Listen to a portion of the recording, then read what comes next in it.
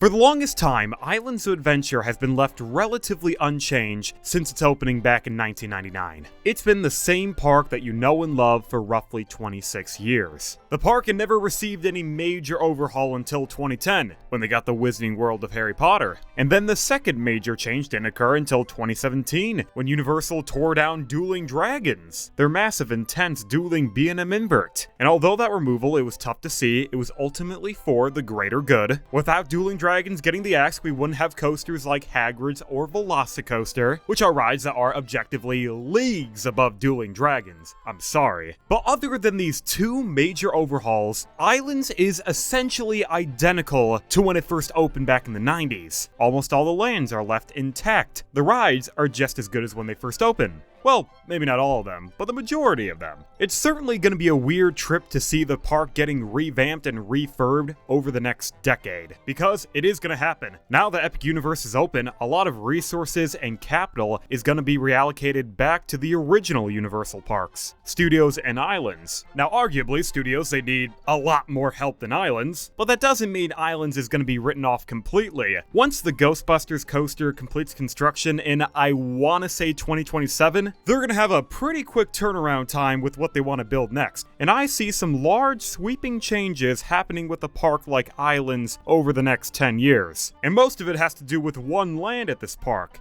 The Lost Continent. That land, it's great. It's actually my second favorite area at the park. But I and many others don't see this land having a future at Islands. Predominantly because there's nothing to do in the Lost Continent. There's no ride here, there's no show here. The only reason why you would enter this land is because you're trying to get to a different land, or you're planning to eat at Mythos, which is apparently the best theme park restaurant in the world. I've never ate here before, so I can't verify if that's true, but man, does that restaurant look cool. Look at that face puking out water. Ooh. The Lost Continent, it's gonna get torn down one way or another because it's definitely on the chopping block. But one area slash attraction at the park that isn't on the chopping block, that probably should be, is the old abandoned amphitheater that is positioned right between Marvel Superhero Island and Toon Lagoon. This theater is one of the biggest wastes of space at Universal that I don't see getting removed anytime soon. And that's a pity because this property has been sitting abandoned for more than a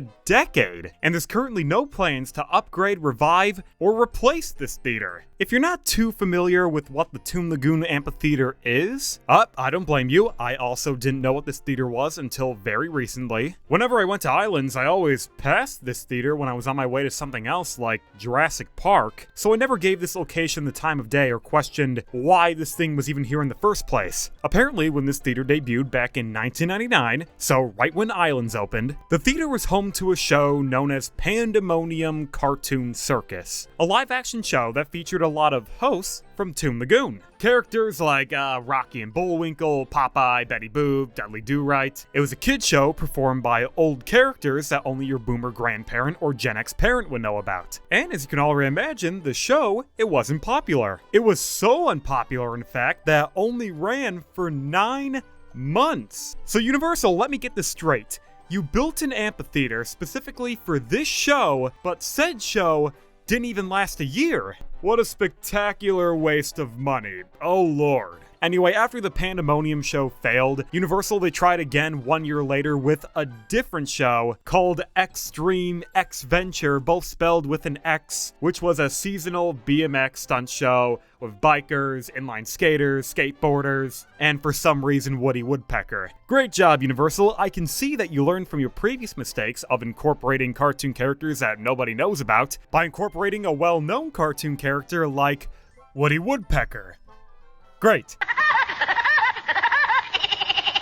So anyway, the show closed down after about 1 year, and in 2002, Universal, they tried a different stunt show, this one being known as Matt Hoffman's Crazy Freakin' Stunt Show, which was another BMX-themed stunt performance headlined by professional BMX rider Matt Hoffman. Who was that? I don't know. Do I care enough to Google search who this guy was? Not really. This show, it managed to last a little longer, 2 years, and then once it closed down in 2004, the theater sat abandoned for over 6 years until 2010, where they made another Matt Hoffman show called Matt Hoffman's Aggro Circus, which was yet another BMX trick show, this time under a circus theme. Universal, I'm beginning to see a pattern here. You keep going with shows that people clearly don't want to see. Do you really think the stunt show was so popular the first time around you had to try it 2 times over? And for the 3rd iteration you thought, let's just do BMXs again, but with a circus theme? As is tradition, the show only lasted 1 year, and the theater has been sitting abandoned ever since, only briefly coming back to life whenever Universal has some kind of event or special occasion and they need show space. In short, the Toon Lagoon Amphitheater, it's had a rocky history. No show that's ever played here has ever stuck around for too long. So why, after almost 15 years, hasn't Universal developed a different show that can become a permanent replacement? Or why hasn't Universal demolished and removed the amphitheater to make room for a different attraction? Well, after pondering upon the possible scenarios that Universal can take in removing the amphitheater, I came to a conclusion that I believe Universal has already reached on their own. That is, that the amphitheater, it doesn't exactly reside on any valuable land. The truth is, the land that the theater occupies is rather small. Very small. There's almost no room to expand back here. If we observe Google Earth, we can see that the amphitheater, it rests between 2 major sites of infrastructure. It sits between the Spider-Man ride and the comic strip cafe, so it's completely boxed in. And within the plot of land that it occupies, it only takes up around 6,400 square meters, or 1.58 acres. To put that size in perspective, the Gringotts show building over at Studios, it takes up around 9,600 square meters, or 2.38 acres. And that ride was also built on a small chunk of land, considering that it was previously occupied by the Jaws ride, and the space was split in half to account for Diagon Alley. So even if Universal wanted to build a new dark ride on top of the theater's land, they wouldn't have a lot of space to work with. They would have to struggle to cram it between a restaurant and an already existing ride. Whether or not they want to go down the dark ride route, or go with the old reliable approach of just building a roller coaster, this would also prove to be difficult. To reiterate, the space, it doesn't exactly allow for a roller coaster. Sure, if they wanted to build something akin to Velocicoaster, they can potentially get creative and stretch most of the ride out onto the lagoon, while only using the amphitheater's land for the bare necessities. However, doing this would be quite the uphill battle, because the amphitheater, it doesn't have prime access to the lagoon. As you can see here, the most entry this attraction has is through this tiny little channel that also houses part of the Popeyes ride and a restaurant within Marvel. Not exactly prime real estate, is it? Now compare this to a ride like Velocicoaster, where Universal, all they did to build this ride was remove a Triceratops encounter and construct along a pedestrian bridge on the lagoon. So if Universal is truly stuck between a rock and a hard place and they can't build a traditional dark ride or a traditional roller coaster, then what can they do with this plot of land? Could they possibly try their hand again and place a new show within the theater? I mean, sure, they can, but once again, it's going to be an arduous uphill battle. The only kind of show that you can place within the amphitheater that can also coexist within the theme of the area is either a Marvel show or a Toon Lagoon show. And Marvel, that's already out of the question. They can't do that. If you saw my video talking about the Marvel Universal licensing agreement, then you know, even though Universal, they own the theme park rights to Marvel outright in perpetuity, they can't do anything new involving the Marvel IP unless they get approval from Marvel, i.e. Disney, because they own Marvel. And Disney, they are never going to approve anything else Universal wants to do with Marvel. So that turns the theater back to Toon Lagoon. And I'm gonna tell you right now, Toon Lagoon, they're never putting another show here ever again. The original show failed spectacularly, and all Universal managed to do after that show was replace it with 3 different BMX shows in the span of 10 years, and they haven't tried anything since. Not to mention that Toon Lagoon itself, it's likely not going to be sticking around much longer. This is another land that's been long time rumored to get the axe sometime in the future. Do I necessarily want this to happen?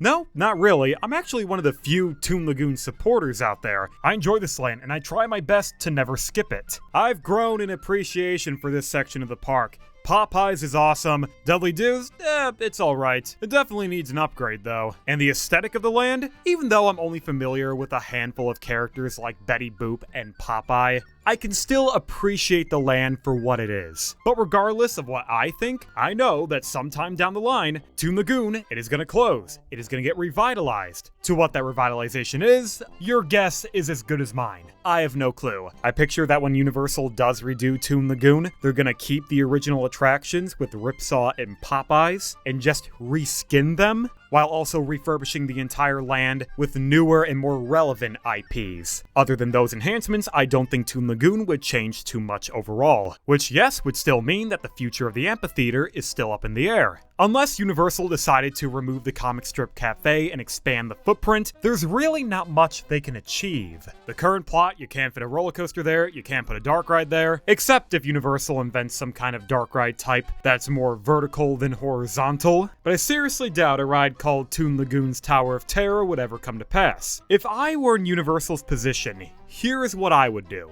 I would demolish the amphitheater, and I would replace it with a kid zone. That's it. A kid zone. Something nice and simple. And then I would take the kid zone over at Jurassic Park, Camp Cretaceous, and tear it down. So that way we can go with my other big brain idea of replacing that attraction with another Jurassic Park coaster. I saw a lot of comments in my Jurassic World expansion video all talking about how families love Camp Cretaceous, primarily because it's one of the only things little kids can do at islands. Other than a few rides at Dr. Seuss, Camp Cretaceous is one of the only places for little kids to play. And you know what? I agree. I think kids who are 5 and under should have something to do. So how about Universal, they get rid of Camp Cretaceous, they demolish the amphitheater, and then they put in a kids area that's Toon Lagoon inspired. And then they use the Camp Cretaceous plot of land for an E or D ticket ride. There we go, everyone's happy. Universal, they will no longer have an abandoned theater, there would be a new and improved kids area in its place, and the old kids area can be leveraged for a new ride. However, if Universal, they don't like my approach, and they still want to use the theater for a new show that can be a part of the Toon Lagoon